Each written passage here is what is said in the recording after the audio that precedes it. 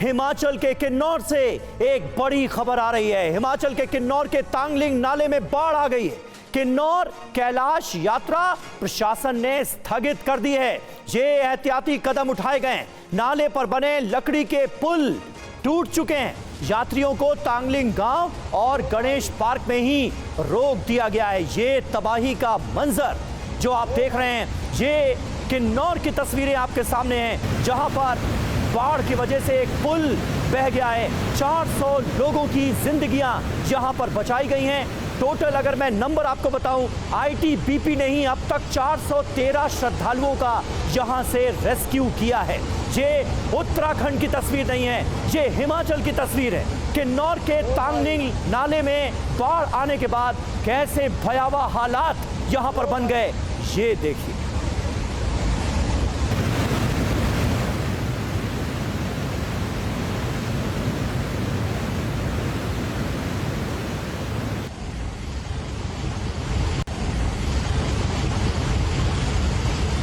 अब एक और तस्वीर हम आपको दिखा रहे हैं। देखिए तांगलिंग नाले में कैसे हालात बन गए। बादल फटने के बाद आप देखिए तेजी से सैलाब नीचे की तरफ आ रहा है और साथ ही आप देखिए मलबा जो पहाड़ का है वो भी साथ में बह रहा है। बड़े बड़े पत्थर बहते नजर आ रहे हैं। तो ये तस्वीर हिमाचल की है, किन्नौर की, जहां पर ये बादल फटा और उसके बाद की ये तस्वीरें सामने आई।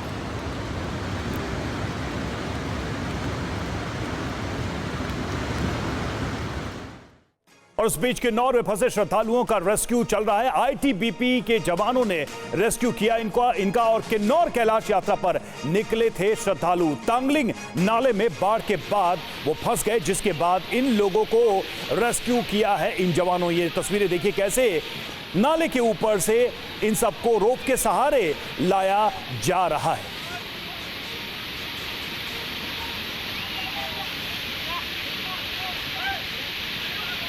तो नीचे भयानक सैलाब बह रहा है और ऊपर से इन सभी फंसे हुए यात्रियों को निकाला जा रहा है। ये दो तस्वीरें तांगलिंग में कैसे बादल फटने के बाद यहां पर सैलाब आया और उसके बाद 400 यात्री जो यहां फंसे हुए थे उन लोगों का रेस्क्यू किया गया।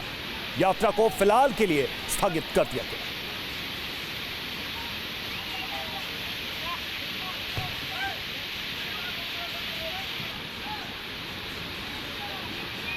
मोहित मल्होत्रा हमारे संवाददाता इस वक्त हमारे साथ जुड़े हुए हैं, सीधे चलते हैं उनके पास। मोहित, सबसे पहले तो अपडेट बताइए, हालात क्या हैं? बादल फटा उसके बाद की जो तस्वीरें हम देख रहे हैं, बड़ी संख्या में यात्री वहां फंसे जिनका रेस्क्यू किया गया। फिलहाल क्या अपडेट दिया गया प्रशासन की तरफ से?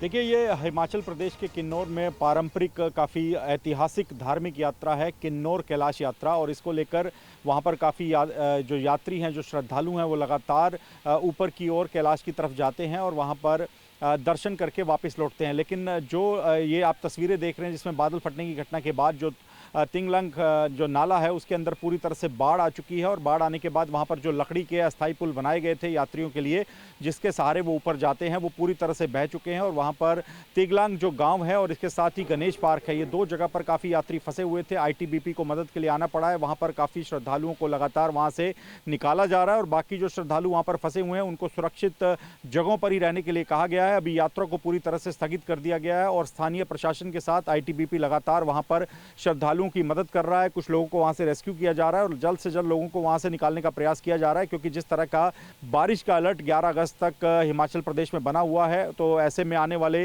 वक्त में और भी वहां पर इसी तरह की स्थिति बन सकती है। इसी वजह से वहां पर ये पूरा का पूरा रेस्क्यू चलाया जा रहा है। बिल्कुल, और नाले पर बने जो लकड़ी के पुल हैं वो तक बह गए हैं। ये तबाही किस तरह सामने आई, ये तस्वीरों के जरिए भी मोहित साफ तौर पर पता चल रहा है। और आपने जिक्र किया आईटीबीपी के जवानों के हौसले की तारीफ करनी होगी। बेहद मुश्किल परिस्थितियों का सामना करते हुए किस तरह से उन्होंने 413 श्रद्धालुओं की जान बचाई है। बहुत बहुत शुक्रिया मोहित आपका हमारे साथ जुड़ने के लिए।